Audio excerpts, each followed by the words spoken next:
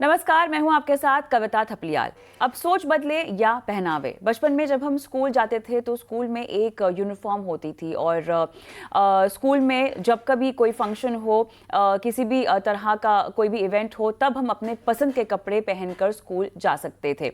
उसके बाद हमने कॉलेज आना शुरू किया और ये सोचकर हम इस बात से खुश होते थे कि अपनी पसंद के कपड़े पहनने का मौका मिलेगा, चाहे जीन्स हो, टी शर्ट हो या किसी भी तरह का आपका फेवरेट आउटफिट हो। कॉलेज में आप वो सारी तमन्नाएं, सारी कसर जो है पूरी करना चाहते थे। लेकिन अब ऐसा नहीं होगा, क्योंकि मुंबई के चेंबूर में एनजी आचार्य और डीके मराठी कॉलेज ने हिजाब के बाद अब जीन्स और टी शर्ट पर भी बैन लगा दिया है।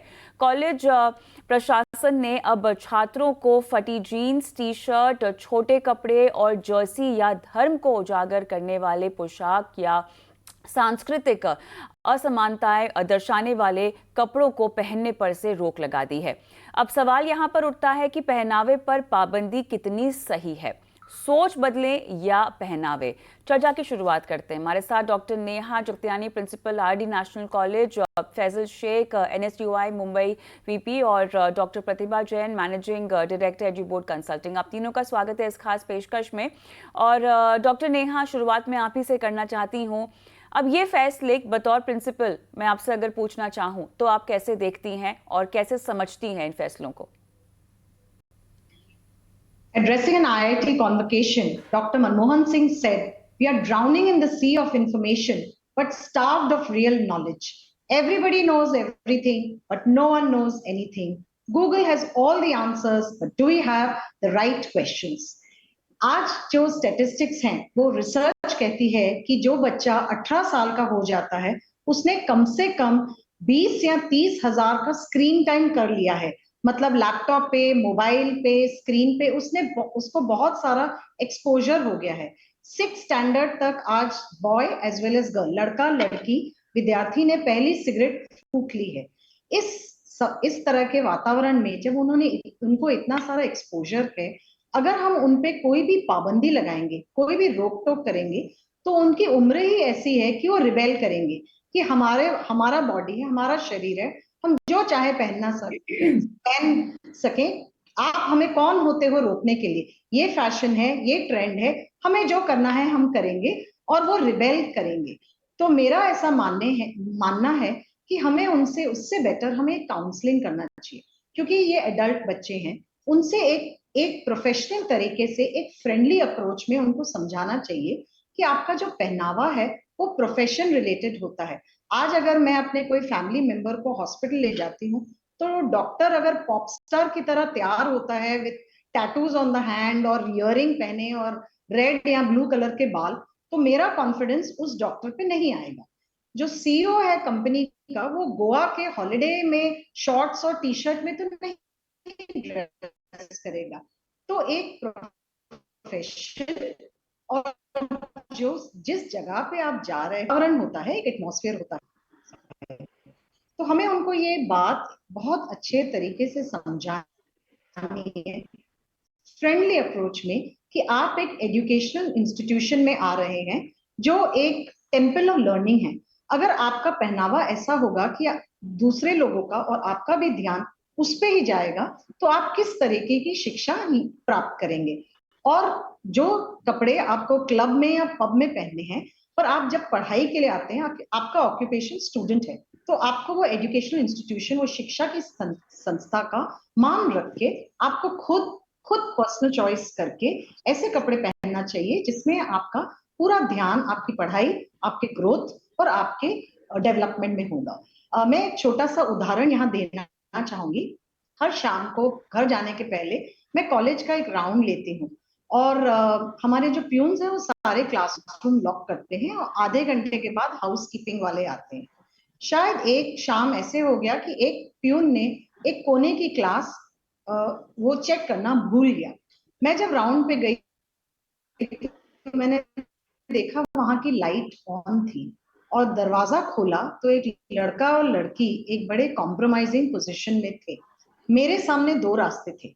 अब मैं प्रिंसिपल हूँ, मुझे पूरा हक है कि मैं उनके पेरेंट्स को बुलाऊं, उनको पनिश करूं, उसको एग्जाम से डीबार करूं, क्योंकि कॉलेज में, एजुकेशनल इंस्टीट्यूशन में, ये गलत है। अगर मैं उनको छोड़ देती हूँ तो ये दूसरे छात्रों के लिए बहुत बुरा उदाहरण है कि बिना पनिशमेंट उनको छोड़ दिया। और अगर मैं कुछ भी करूंगी तो उनके अंदर एक बिटरनेस, एक कड़वाहट आ जाएगी जो अच्छी नहीं है। तो मैंने उनको अपने ऑफिस में दूसरे दिन बुलाया और कहा कि सजा तो तुम्हें जरूर मिलेगी, क्योंकि एजुकेशन इंस्टीट्यूशन में आप इस तरह का व्यवहार नहीं कर सकते। मैंने उनको कहा कि आपको कम्युनिटी के लिए कुछ करना है। तो जो स्पेशली एबल्ड चिल्ड्रन है, स्पैस्टिक चिल्ड्रन है, अब क्रिसमस कॉर्नर में है, आप उनके लिए एक प्रोग्राम ऑर्गेनाइज कीजिए। आप मानेंगे नहीं, वो एक लड़का और लड़की ने एक पूरा ग्रुप बनाया, पूरी स्पॉन्सरशिप से 100 स्पेशली एबल्ड बच्चों को क्रिसमस के लिए सांता क्लॉज ऑर्गेनाइज किया, बस ऑर्गेनाइज की, उनके लिए गिफ्ट्स ऑर्गेनाइज किए। यहाँ पे सही बात है कि मार्गदर्शन देना बहुत ज़रूरी है, उनको सही बुनियादी बातें समझाना ज़रूरी है। सवाल यहाँ पर ये उठता है हमारा फैजल, जो कि मैं आपसे भी समझना चाहती हूँ कि इतनी सारी बातें हैं, बच्चों को जो है अपनी पढ़ाई पर फोकस करना चाहिए, उन्हें सही तरह की मेंटोरशिप देने की ज़रूरत है, उनको सही तरह से बातें समझाने की ज़रूरत है। ये सारी बातें अचानक एक ऐसे किस्से से क्यों सामने आ रही हैं? अब तक बच्चे जैसे कपड़े चाहे वैसे तो पहनते ही आ रहे हैं कॉलेजेस में, राइट? और अगर पढ़ाई ही उनका ध्येय है तो कॉलेजेस पहले क्यों नहीं इस तरह की कोई एक्शन ले लेते, या इस तरह की सख्ती बरतते, या इस तरह कोई ड्रेस कोड बनाए, ताकि बच्चों को भी पता चले कि ये अलाउड है, ये अलाउड नहीं है। हम क्यों इस स्टेज पर आ जाते हैं जहां पर कोई इस तरह का किस्सा होता है, जब वो चर्चा में आ जाता है, जब वो सुर्खियों में बन जाता है, उसके बाद जो है हम संज्ञान लेते हैं और बाद में कहते हैं कि अच्छा नहीं, यहाँ पे बच्चों को रोकना पड़ेगा। फैजल, आपका टेक। मैं पहले तो कहना चाहूंगा कि दिस इज बेसिकली ये जो रिस्ट्रिक्शंस है और जो भी इंस्टीट्यूट इसे लाइक जो बच्चों पे लाइबल कर रहे हैं, so this is a major part of a political drama. ये पर्टिकुलरली एक पॉलिटिकल मोटिव के साथ में अनरेस्ट लाना चाहते हैं।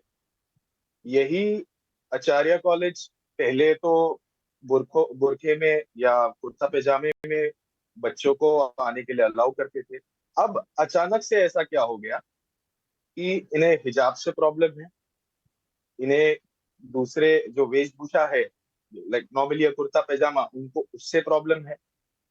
सो ये this is a part of a big political conspiracy. And आप देखेंगे, अगर आपने गौर किया होगा, तो ये सारे जो इवेंट्स है ये मेजरली 2014 के बाद से दिखकर आने लगे हैं। पहले वेशभूषा के ऊपर किसी भी प्रकार का प्रॉब्लम नहीं आता था, बट ये जो प्रॉब्लम्स आना चालू हुए, it has come along with the NDA government. अब it is my choice being a student कि मैं किसी भी तरीके के कपड़े पहन सकता हूं, but again it is my duty कि अगर मैं एजुकेशनल इंस्टीट्यूट में जा रहा हूं for studying, my dressing should be modest. And constitution मुझे ये राइट देता है कि मैं कुछ भी पहन सकता हूं, कुछ भी खा सकता हूं, और किसी भी रिलीजन को मैं फॉलो कर सकता हूं। सो this is all my constitutional right.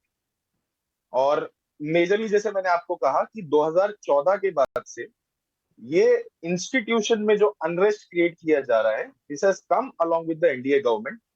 और जिस तरीके से इन्होंने संविधानिक जो चीजें हैं उसे कुचलना शुरू किया है, उसी तरीके से जनता ने इन्हें इस इलेक्शन में कुचला है। And I am very sure in the next election ये अपोजिशन में बैठने के लायक भी नहीं रहेंगे। चलिए प्रतिभा, आपके पास आती हूँ मैं, क्योंकि आपका भी एक टेक चाहिए और उसके बाद हम और भी मुद्दों पर बात करेंगे। तो चलिए, भले ही वो एक इस तरह का ड्रेस कोड का मामला हो जो फॉलो करना चाहिए कॉलेजेस को, क्योंकि अधिकतर कॉलेजेस, क्योंकि इस खबर के बाद जब पूछताछ हुई तो पता चला कि कॉलेजेस में ड्रेस कोड होते हैं, इट्स जस्ट दैट बच्चों को पता नहीं होता उस बारे में। या जो फैजल ने एक एंगल हाईलाइट किया है वो भी एक मद्देनजर मुद्दा है जो कि हम चर्चा में शामिल कर सकते हैं। बहरहाल, आपका टेक बताएं। मेरे हिसाब से ना ये पॉलिटिकल है, ना ये नई चीज है। पहनावे पे रिस्ट्रिक्शन हर एजुकेशन इंस्टीट्यूट की राइट भी है और इस वक्त समय की मजबूरी भी है। बच्चे अपना जो फ्रीडम ले रहे हैं, वो जो आज आप बोल रहे हैं कि आज क्यों जरूरत है, 10 साल पहले क्यों क्यों नहीं थी, क्योंकि पहले इतना बच्चों में इतना इस यंग उम्र में वो थोड़ा सा सहमे रहते थे, थोड़ा पाबंदी को एक्सेप्ट करते थे। आज की तारीख में सोशल मीडिया ने हिंदुस्तान और वेस्टर्न कल्चर में कोई डिफरेंस ही नहीं रखा है। तो ये एक घर और कॉलेज की एक अलग अलग एक डिफरेंस जो है वो रखना ही पड़ता है। मैं तो एजुकेशन काउंसलर हूँ, पेरेंट्स से भी डील करती हूँ। आज पेरेंट्स बोल रहे हैं कि मेरा तो बच्चा सुनता नहीं, टीचर्स की सुनता है। तो हमें जो बच्चों को प्रिपेयर करना है एक करियर के लिए, एक सोसाइटी में प्रोफेशनल की तरह, जैसे नेहा जी ने बोला, तो उसमें पहनावा, एक एकेडमिक हमें तैयारी करनी है, पर्सनालिटी तैयारी करनी है, और पर्सनालिटी के साथ साथ जिस तरीके से वो पेश आते हैं वो भी एक जरूरी पार्ट है एजुकेशन का। ये एजुकेशन से अलग नहीं है।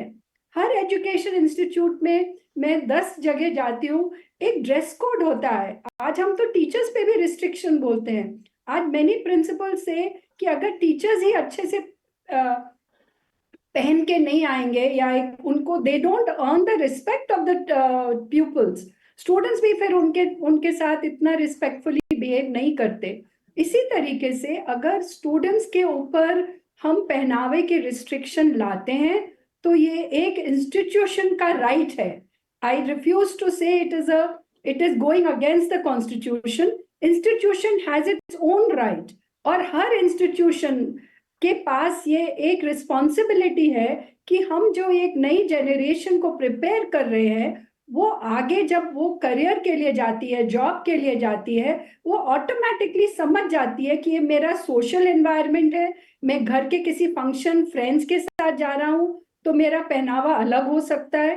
ये मैं करियर के लिए जा रहा हूँ, एजुकेशन इंस्टीट्यूट का एक रिस्पॉन्सिबिलिटी है कि उनको फर्क समझाएं कि जो मेरे फ्रेंड सर्कल है, मेरा रिलीजियस सर्कल है, वो अलग है और मेरा पहनावा उनके हिसाब से अलग हो सकता है। मेरी एजुकेशन की रिस्पॉन्सिबिलिटी है कि मुझे फर्क सिखाएं कि क्या मैं मॉडेस्ट हूँ, क्या मैं दूसरों को अट्रैक्ट कर रहा हूँ, और मेरा जो पूरा फोकस है वो एकेडमिक प्रेपरेशन है और करियर के लिए। आज मैं, नेहा जी बोलते हैं, मैं कहती हूँ इवन स्पोर्ट्स।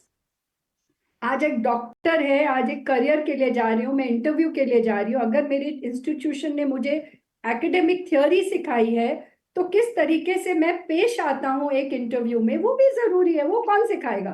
वो कहाँ से बच्चे को सीखने को मिलेगा? अगर हम उसको डेली में वो एक इम्बाइब करते हैं कि आपका एक पहनावा, हर करेक्टनेस जो है वो एक पार्टी सीन अलग है एंड एजुकेशन सीन अलग है, तो उसको एक समझ आ जाती है। हम ही तो समझाएंगे, और कौन आके समझाएगा बच्चे को?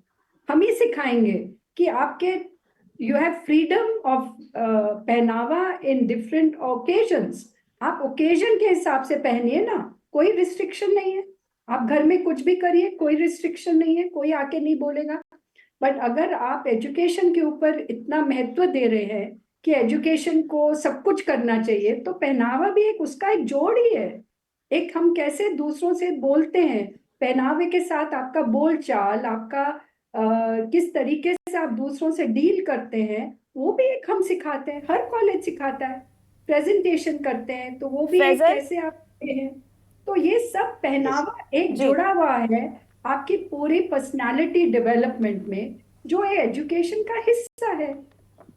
बताइए फैजल, क्या कहते हैं आप इस सोच के साथ?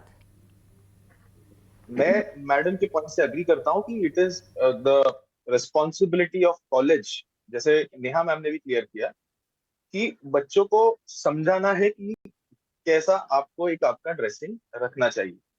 बट यहाँ पे I guess the responsibility comes on everyone. On everyone का मतलब यहाँ पे I divided into 3 major parts. पहला, तो student has to make sure कि उनका जो ड्रेसिंग है in the college, they are free to wear anything, वो कुछ भी पहन सकते हैं, but that should suit the college premises they are entering, because this is an educational institute. तो ड्रेसिंग मैंने पहले भी कहा कि इट शुड बी मॉडेस्ट, और अगर किसी कितने को कॉलेजेस अपना होंगे शर्ट फैजल, ऐसे कितने कॉलेजेस होंगे जहां पर हमको पता होगा कि कोई ड्रेस कोड है जिसको फॉलो किया जाता है? नहीं, जहां जहां पर भी अगर ड्रेस कोड है हाँ। तो वहां पर ड्रेस कोड तो फॉलो करना ही है, because it comes in the college by law. Neha तो जी, उस आपके केस में आपके कॉलेज में ड्रेस द कोड है? कॉलेज कैन क्या डू। आप वो सख्ती से पालन करते हैं आपके बच्चे, नेहा जी? नहीं, हमारे यहाँ हम कोई नहीं, ड्रेस कोड नहीं फॉलो करते हैं। लेकिन जब हम उनको ओरिएंटेशन करते हैं तो हम उनको बोलते हैं कि ये एनवायरनमेंट ऐसे है कि आप डिसेंटली ड्रेस कीजिए ताकि आपका फोकस पढ़ाई पे हो। तो वो हम ओरिएंटेशन में उनको समझाते हैं, बट एज सच कोई black and white dress code हम नहीं अप्रोप्रिएटली ड्रेस ना हो तो उसके लिए कोई सजा या किसी भी तरह का जुर्माना जो बच्चों को देना पड़ेगा, नेहा जी, क्या उसका प्रावधान है आपके कॉलेज में, और क्या बच्चों को इस बारे में पता है? नहीं जी, एक्चुअली मेरी टीचर्स जब देखती हैं किसी को जो अप्रोप्रिएट ड्रेस नहीं है तो वो उनको पर्सनली बुलाते हैं। हम बहुत केयरफुल होते हैं कि कभी भी कोई बच्चे को क्लास में नहीं इंसल्ट करते हैं, ताकि उसी का कोई मानसिक उसको कोई भी इम्पैक्ट नहीं हो। हम उसको पर्सनली बुलाते हैं और बच्चे को समझाते हैं ताकि वो बच्चा फ्रेंडली है, एडल्ट है, वो अपने फैसले खुद ले सकता है। हम उनको समझाते हैं कि बेटा ये इस तरीके के कपड़े आपको कॉलेज के पढ़ाई के वातावरण में नहीं पहनने चाहिए। और आज तक 99% बच्चे वो मानते हैं और दूसरे दिन से वो अच्छे से। लेकिन आज तक हमने किसी बच्चे को घर नहीं भेजा है, अलाउ नहीं किया है, ऐसा हमने कुछ नहीं किया। हम मानते हैं कि बच्चों को भी एक एडल्ट की तरह सोच के, मैं हमेशा उनको कहती हूँ 18 साल में आज आप इंडिया में हो उसके लिए अपने पेरेंट्स के साथ रह रहे हो, नहीं तो आप अमेरिका में होते तो आपको अपनी खुद की लाइफ जीनी होती, सब मैनेज करना होता। आप डिसाइड कर सकते हो कौन इस कंट्री का प्राइम मिनिस्टर बन सकता है, तो आप तो अपने खुद के लाइफ के फैसले लेके डिसाइड कर सकते हो कि आपको क्या बेस्ट पहनना है और किस जगह के एजुकेशनल इंस्टीट्यूशन में किस तरीके से डिसेंटली फॉर्मली ड्रेस हो गया। बताइए फैजल जी। तो I agree to ma'am's point कि जहां पर कॉलेज, जैसे I was breaking it into 3 parts कि स्टूडेंट की रिस्पॉन्सिबिलिटी है कि अगर वो एजुकेशनल इंस्टीट्यूट में जाते हैं तो एक मॉडेस्ट ड्रेसिंग उन्होंने भी रखनी चाहिए। अलॉन्ग विद दैट, अगर किसी को स्कार्फ पहनना है, they want to cover their head, I think that is not objectionable और they have the right to do that, because संविधान हमें वो राइट देता है। दूसरा पार्ट आ जाता है कि जहां पर कॉलेज की मॉरल रिस्पॉन्सिबिलिटी होती है, जैसे मैम ने कहा कि दे यूजुअली डू ओरिएंटेशंस, तो ओरिएंटेशन के थ्रू उन्हें मेजरली, बिकॉज मेरा कॉलेज भी मुझे वही बताता है कि how what to wear on what occasion. Secondly, college का रिस्पॉन्सिबिलिटी ये रहता है कि ज्यादा करके वो फोकस करे कि what they are teaching to the student, how that can be improvised, ना कि वहां पर कोई अननेसेसरी एंड अनड्यू रिस्ट्रिक्शंस डाले।